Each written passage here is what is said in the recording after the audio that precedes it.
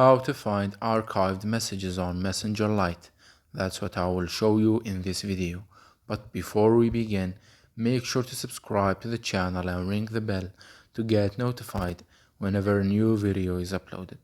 With that said, let's get started. So go ahead and open up the Messenger Lite app.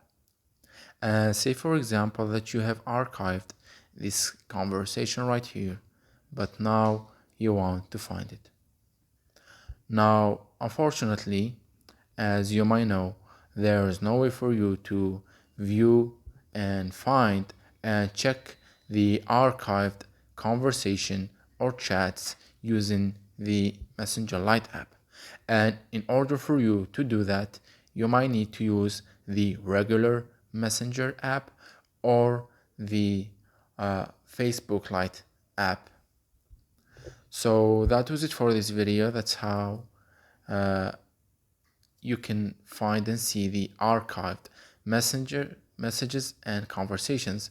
If you have any questions, please leave them in the comment section down below. With that said, see you in the next video.